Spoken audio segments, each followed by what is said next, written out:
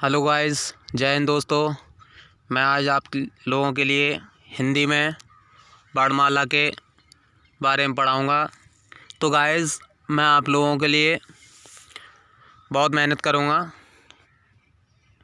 आप मेरे चैनल के लिए लाइक एंड सब्सक्राइब करिएगा और दोस्तों के बीच ज़्यादा से ज़्यादा शेयर करिएगा। तो गाइस, चलो आते हैं अब मेन टॉपिक पर।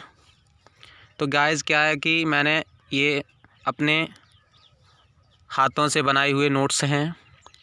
इसके लिए क्या है कि गाइस, मैं आप लोगों को वर्णमाला के बारे में पढ़ाऊँगा। इसमें एक नज़र से मतलब कि वर्णमाला के बारे में पूरी डिटेल मैंने ऊपर पहले ही लिख रखी है। इसे गाइस देखेंगे क्या होता है इसमें। तो इसमें क्या है गाइस, ये जो है इसमें दे रखा है मैंने, स्वरों की संख्या 11 होती है। ठीक गाइस, स्वरों की संख्या 11 होती है। अयुग्म स्वर 2 होते हैं और आपके कुल जो स्वर होते हैं 13 होते हैं। ठीक, स्पर्श व्यंजनों की संख्या 25 होती है आपकी। द्विगुण व्यंजन की संख्या 2 होती है और इसमें अंतस्थ व्यंजनों की संख्या 4 होती है। ऊष्म व्यंजनों की संख्या भी 4 होती है और जो संयुक्त व्यंजन होते हैं उनकी संख्या भी 4 होती है। ये आपके लिए दे रखे हैं मैंने।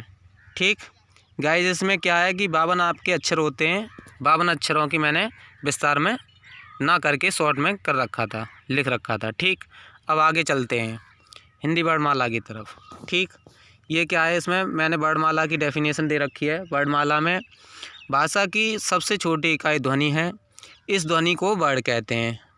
जो हमारी भाषा होती है, भाषा की सबसे छोटी इकाई ध्वनि होती है और ध्वनि को ही वर्णमाला कहते हैं। दूसरे रूप में क्या है कि वर्णों के समूह या समुदाय को वर्णमाला कहते हैं। ठीक है गाइस, आगे चलते हैं। इसमें क्या दे रखा है गाइस, हिंदी वर्णमाला को 2 भागों में बांटा गया है। नंबर 1 स्वर, नंबर 2 व्यंजन। ठीक गाइस, ये दे रखी है स्वर की डेफिनेशन। ये स्वर की डेफिनेशन है। जो वर्ण स्वतंत्र रूप से बोले जाते हैं वे स्वर कहलाते हैं। ठीक गाइस, आगे चलते हैं। स्वरों के प्रकार। 3 प्रकार होते हैं स्वरों के। ठीक है गाइस, इसमें मैंने लिखा नहीं है। स्वरों के 3 प्रकार होते हैं। नंबर 1 मूल स्वर, इसे ह्रस्व स्वर भी कहते हैं।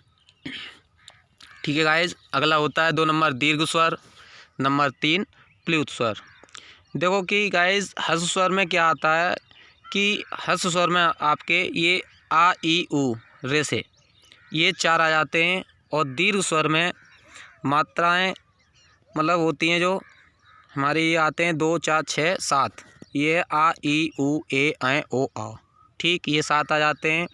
और प्लुत स्वर में आपका सबसे ज़्यादा समय लेने वाला, प्लुत स्वर में क्या होता है कि सबसे ज़्यादा समय लगने वाला है, उसे प्लुत स्वर कहते हैं, जैसे कि ओम। ठीक है गाइस, अब इसमें मैंने ह्रस्व स्वर और दीर्घ स्वर और प्लुत स्वर की डेफिनेशन भी दे रखी है। इसमें आगे चलते हैं। इसमें क्या है कि जिन स्वर के उच्चारण में बहुत कम समय लगता है वे मूल स्वर या ह्रस्व स्वर कहते हैं। ठीक है, मूल स्वर या ह्रस्व स्वर कहलाए जाते हैं, जैसे कि आ ई उ ऋषि। ठीक, ये दे रखे हैं गाइस। आगे डेफिनेशन क्या है, जिन स्वरों के उच्चारण में अधिक समय लगता है, जिस स्वरों में उच्चारण करते समय या फिर उच्चारण करते समय अधिक समय लगता है, वह क्या कहलाते हैं, दीर्घ कहलाते हैं।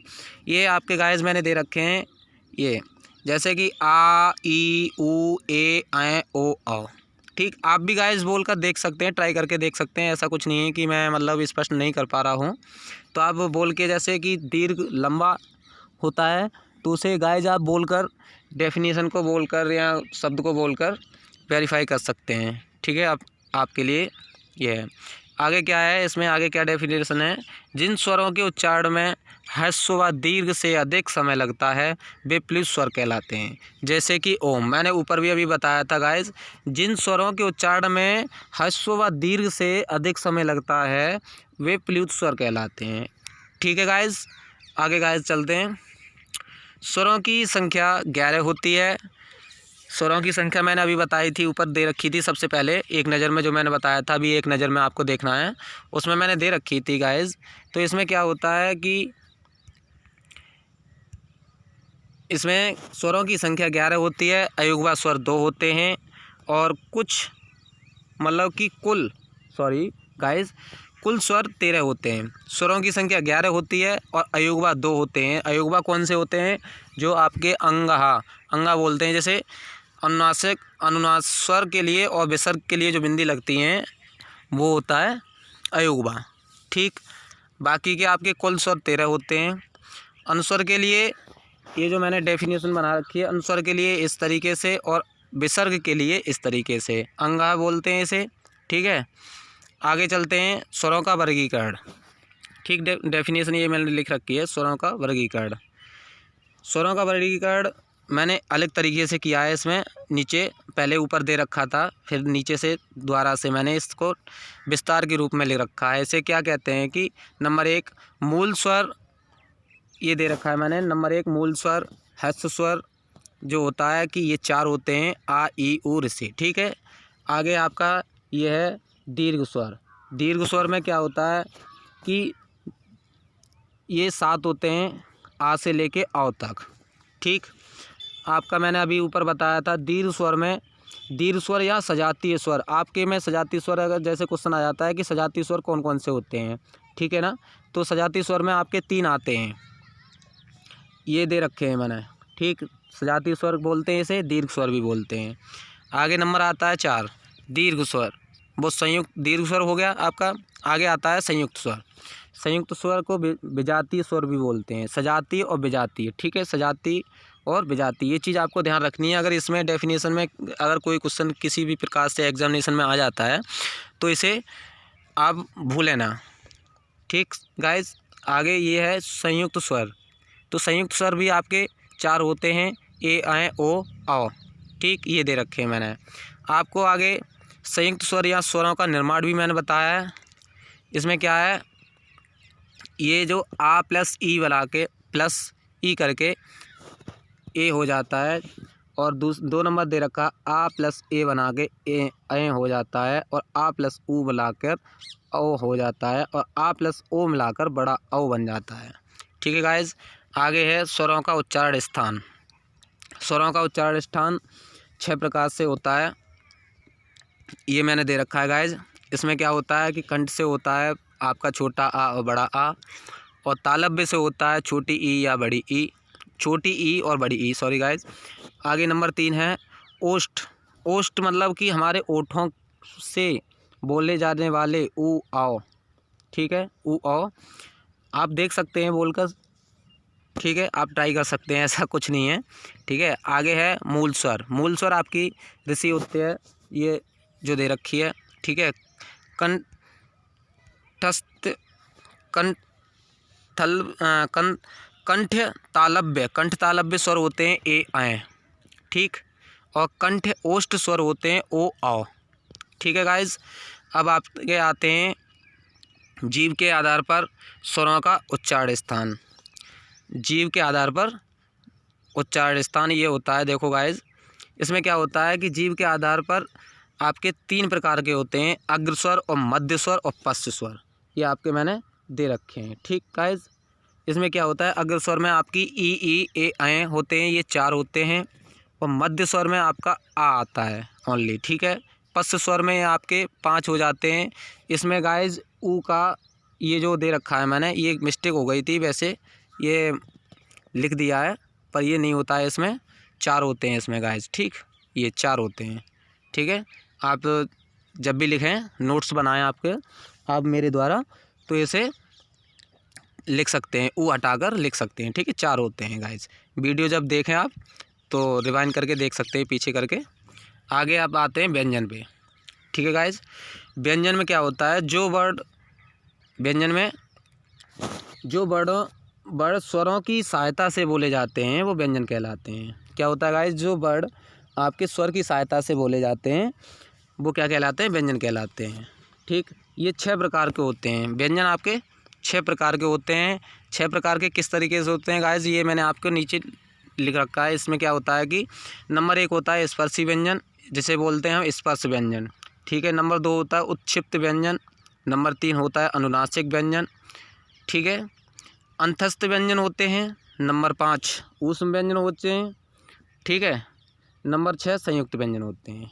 ठीक, अब कैसे कैसे होते हैं, इसमें क्या है दोस्तों, देखो स्पर्शी व्यंजन का से लेके माँ तक होते हैं, ये आपके 25 होते हैं।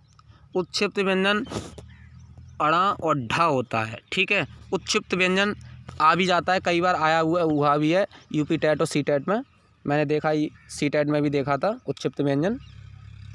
ठीक गाइस। और देखो इसमें अनुनासिक व्यंजन होते हैं अणा और अणा, तीन अणा और ना माँ। ठीक है। ये प्रत्येक वर्ग के 5वां वर्ड होता है, प्रत्येक वर्ड में ये जो 5वां अक्षर होता है वही आपका अनुनासिक होता है। ठीक है। अंतस्थ व्यंजन आप जानते होंगे दोस्तों, अंतस्थ व्यंजन तो हर किसी को याद होता है, अंतस्थ व्यंजन इतना हार्ड नहीं है, यारलावा होता है, ये 4 व्यंजन होते हैं। ठीक गाइस। नंबर 5 दे रखा है ऊष्म व्यंजन या स्पर्शी व्यंजन, ये सा हा है, ये आपके 4 होते हैं। नंबर 6 संयुक्त व्यंजन, संयुक्त व्यंजन आपके भी 4 होते हैं, छत्र ज्ञ स्र। ठीक है गाइज, आगे चलते हैं, ये देखो ये। ठीक गाइज, इसमें क्या होता है, वर्ग स्पर्शी व्यंजन का से लेके माँ तक 25 अनुनासिक व्यंजन। ठीक है गाइज, ये मैंने आपको दे रखे हैं अनुनासिक व्यंजन, मतलब मैंने अभी ऊपर आपको बताया था। ठीक, अनुनासिक व्यंजन जो मैंने आपको अभी बताए थे ये हैं। ठीक, इसमें क्या है, आपका का वर्ग दे रखा है, मैं चा वर्ग दे रखा है, टा वर्ग दे रखा है, ता वर्ग दे रखा है, पा वर्ग दे रखा है। आपको गाइज शॉर्ट तरीके से याद करने का तरीका है ये का चा टा पा। ठीक है, आपको याद करने का शॉर्ट तरीका ये है का चा टा ता पा। ठीक है, इसे याद कर लीजिएगा, आप कभी वर्ग नहीं बोल सकते गाइज। अगर आपको बोलने की कोई मतलब ज़रूरत ही नहीं पड़ेगी आपको गाइज। इसमें क्या होता है कि का से लेके पा तक होता है ये का चा टा पा। ठीक है, अगर ये आपको याद है तो आप ये वर्ग आसानी से बना लोगे। ठीक है गाइज, वैसे तो हर किसी को वर्णमाला ही याद होती होगी, ऐसा कुछ नहीं है। ठीक है गाइज, आगे चलते हैं। इसमें क्या होता है, अब ये मैंने नीचे उच्चारण स्थान होता है का वर्ग का, चा वर्ग का, टा वर्ग का और ता वर्ग का, पा वर्ग का, वो मैंने स्पष्ट कर रखा है। ठीक है, ये आपका का वर्ग होता है कंठ से। ठीक है, चा वर्ग होता है तालव्य से, टा वर्ग होता है मूर्धा से, ता वर्ग होता है दंत से और पा वर्ग होता है ओष्ठ से। ठीक है गाइज, अब देखते हैं गाइज, का वर्ग होता है कंठ से। आपका कंठ गाइज, जो मैं बोल रहा हूँ, जो मेरी आवाज़ निकल रही है वो कहाँ से निकल रही है, कंठ से। ठीक है, कंठ से निकल के आवाज़ कहाँ आती है, हमारी तालव्य में आती है। तालव्य में आने के बाद आपकी मूर्धा मतलब मुंह में आती है। मुंह जब बोलते हैं हम, बोलते समय मुंह से ही बोलते हैं। ठीक है, मूर्धन्य इसे बोलते हैं। फिर आपकी आवाज़ दंत तक आती है, दंत तक आने के बाद हमारी ओष्ठ से स्पष्ट हो जाती है, ओष्ठों से स्पष्ट हो जाती है। गाइज, हमने कहाँ से आवाज़ निकाली, पहले कंठ से आवाज़ निकाली, तालव्य से, तालव्य तक आई, फिर मूर्धन्य तक आई, फिर दंत तक आई, फिर ओष्ठ तक आकर स्पष्ट हो गई है। ठीक है, इसे गाइज आप लिख सकते हो। ठीक है, आगे चलते हैं गाइज, अल्प प्राण, महाप्राण और अघोष और सघोष। ठीक है गाइज, इसमें क्या होता है गाइज, ये मैंने दे रखे हैं आपके अल्प प्राण। ठीक, अल्प प्राण में प्रत्येक वर्ग का पहला, तीसरा एवं 5वां वर्ग अल्प प्राण कहलाता है। मैंने का वर्ग में बताया था अभी आपको, का वर्ग में का वर्ग और चा वर्ग, टा वर्ग, ता वर्ग, पा वर्ग बताया था। उसमें क्या होता है, पहला होता है आपका का और तीसरा होता है गा। ठीक, ठीक है, और 5वां होता है आपका अणा। ठीक, ये होता है। इसमें क्या होता है कि ये अल्प प्राण होते हैं आपके, एक 1 3 5, ठीक है, वर्ग के। अब महाप्राण की बात आती है। महाप्राण में क्या होता है, प्रत्येक वर्ग का चाटा पा वर्ग जो अभी मैंने बताए थे, उसमें प्रत्येक वर्ग का दूसरा व चौथा वर्ग महाप्राण कहलाता है, ठीक है। प्रत्येक वर्ग का दूसरा चौथा वर्ग महाप्राण कहलाता है, ठीक गाइस। आगे चलते हैं। अघोष और सघोष, मैंने अभी गाइस सघोष और अघोष बताया था अभी। उसमें क्या होता है, देखो गाइस, इसमें अघोष प्रत्येक वर्ग का पहला और दूसरा वर्ग अघोष कहलाता है। पहला और दूसरा, पहला क्या है हमारा वर्ग का और खा, ठीक है गाइस,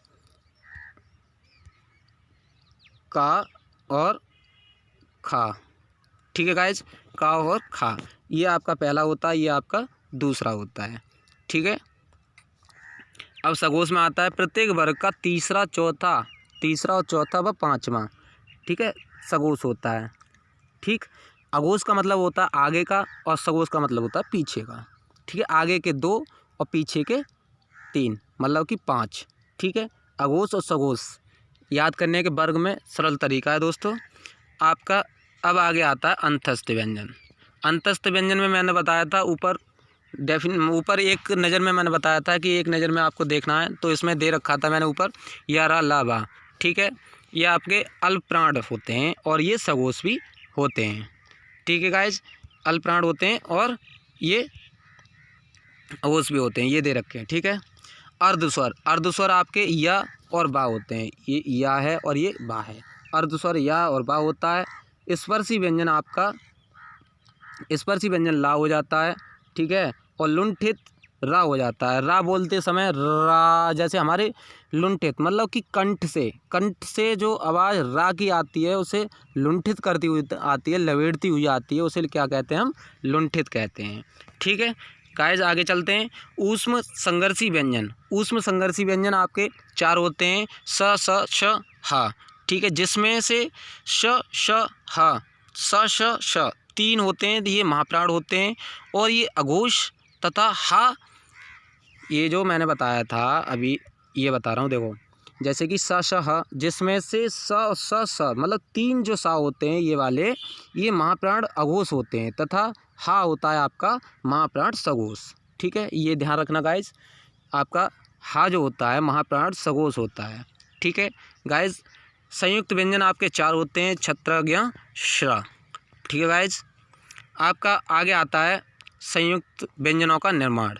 जो संयुक्त व्यंजन है गाइस, संयुक्त व्यंजनों का निर्माण कैसे हुआ है आपका, ये दे रखा है मैंने। का और सा मिला के छा बनता है, आधा का होता है, जैसे का में विसर्ग लग जाता है, का लिखते समय इसमें विसर्ग लग जाता है, प्लस सा हो जाता है, ठीक है, सा हो गया। ये का और प्लस सा मिलाकर छा बन जाता है।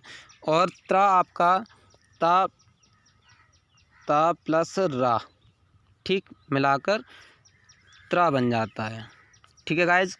आगे आपका ज्या और जा प्लस ज्या बोलते हैं इसे, ठीक है, इसमें आधा जा होता है प्लस ज्या होता है, ये आपका फिर बन जाता है ज्ञा, ठीक है गाइज। आपका अब रह गया स्रा क्या होता है, शा संयम वाला सा आधा होता है और प्लस रा मिलाकर स्रा बन जाता है। स्रा बोलते समय आपका लुंठित हो रहा होगा, रा में अभी मैंने बताया था लुंठित होता है, ठीक है, रा आपका लुंठित होता है, ठीक है गाइज। आगे गाइज इसमें आगे नहीं है। तो गाइज आपको मेरी वीडियो कैसी लगी गाइज, कमेंट करके बताइए आपको कैसी लग रही है दोस्तों।